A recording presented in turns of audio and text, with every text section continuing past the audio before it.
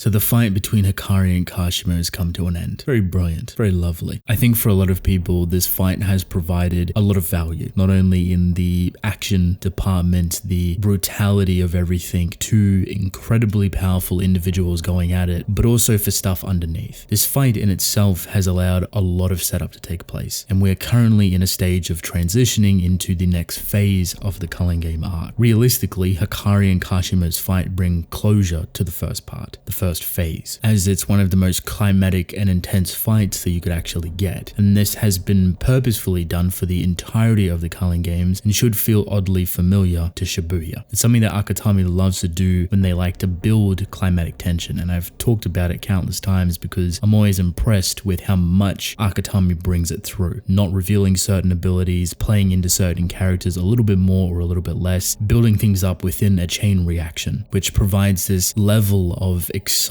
and enjoyment that obviously we all experience, and it is all boiled to the pinnacle of Hikari and Kashimo. Even more lucky for us, there's some added bonuses to be had. Kashimo is joining the crew. There has been a transaction between Hikari and Kashimo, and that would come in the form of obviously Sukuna. And one of the brilliant points that is underneath this entire fight is the fact that we don't see the full potential of either characters. We see a very beautiful and brilliant showcase of them fighting their hardest, but yet there is more. This bleeds perfectly into Kashimo being utilized even more. The fact that he wants to fight Sukuna and Hikari offers him that opportunity, because then we find out that Kashimo didn't use his curse technique on purpose because it is a one-time use that he's saving for Sukuna. With this implication alone, it's pretty easy to say that somewhere within the future, Sukuna is coming out to play and Kashimo is going to use that curse technique. It'd be very redundant to build it up to such an extent and not actually play upon it. So now that idea is within our head. However, there is a small opportunity that detours away from that fight, and Kashimo having to use that ability either to save someone else or to save himself, depending on how the curse technique actually works. Currently, I feel like it's a one-time usage because it kills him, but it is used in the sense that it is powerful enough to probably kill Sukuna, or at least severely hurt him. There is a bunch of semantics there, and a bunch of different opportunities to build upon Kashimo in a different direction. Maybe he doesn't even fight Sukuna at all. It's become part of his identity, yet if he grows out of it, if he evolves, if he transforms even further, somewhat similar to Chozo to an extent, you could have a very beautiful character that could easily be sacrificed in a very flame of glory type of way. I am very excited that Kashimo has halfly joined the team. I think he adds a lot of variety, a lot of intensity, and a lot of uncertainty with a lot of different directions that could come in. It was a great way to capitalize on the conclusion of their fight and to push the story in an entirely different direction. For us, this just scales the power up higher. Bigger, badder, and more fierce individuals have to come into the picture now. People older than Kashimo, people from 1,000 years ago that have very broken and powerful abilities. We have yet to see anyone that really has that in action. Also, it works pretty well with group fights. If we're starting to build into bigger battles, instead of keeping things independent or 1v1 solely, we'll most likely have to split off into group altercations to justify that climatic rise in tension and power, etc, etc. Finally, for me, the most important individual has been introduced, has finally shown themselves entering the Culling games, and that is none other than Maki. If you don't know, I absolutely adore Maki as a character. I think they are brilliant, and as much as I wish that the Zenin family massacre was its own separate, fleshed out entire arc for Maki as a character, just because of how much I overall loved it, the overall effect and emphasis that her character has now is almost unmatched. She brings in an entirely different emotional response to this situation. Everyone has been somewhat tiptoeing around the Culling games, very cautious, very understanding, very calculated of what to do next, but Maki has appeared through sheer slaughter, the monstrous side, the anomaly that she is. She does not abide by the rules of the Culling games and has become at her core a key, one that is uncontrollable, one that is refined and ready to massacre anything within her path. I've already talked about in great detail Maki's character, her trauma, the acknowledgement and cannibalization of it, and overall her growth has been so tremendously beautiful but tragic at the same time, which for me directly plays into the themes of Kaisen, how there's always a give-take system. If you gain something, you have to give or lose something, and vice versa. Finally, being able to see her entry and that thrive in its fullest form is going to be very beautiful because she plays a much bigger purpose in the Culling game structure. Like I said before, she's an anomaly. She's someone that can actually traverse through the barrier barriers which other people can't, as well as the amount of strength and prowess overall that she's bringing to the table. If I were to theoretically put her near any characters, it's Hikari and Yuta. But realistically, and this is the scariest thing, her scaling is much higher. This is a character that just her presence and aura and killing intent alone matches Toji, that people have mistaken her for Toji. And we already know the effects that Toji has. We already know how experienced and crazy that guy can be. All of this has combined itself into creating what is Maki, but within her own image. She's not Toji 2.0. She may be conceptualized and channeled through the same veins as Toji, but the imprint that she has on the story currently is entirely her own, and she's showing it off beautifully. The one panel in here which claims her to be a monster is honestly iconic, and she has what is building up to potentially be a massive showcase of power, a great battle, a great fight, with something that we haven't really experienced yet. See, right at the end of the newest chapter, as we're getting provided information, trying to set these rules in motion,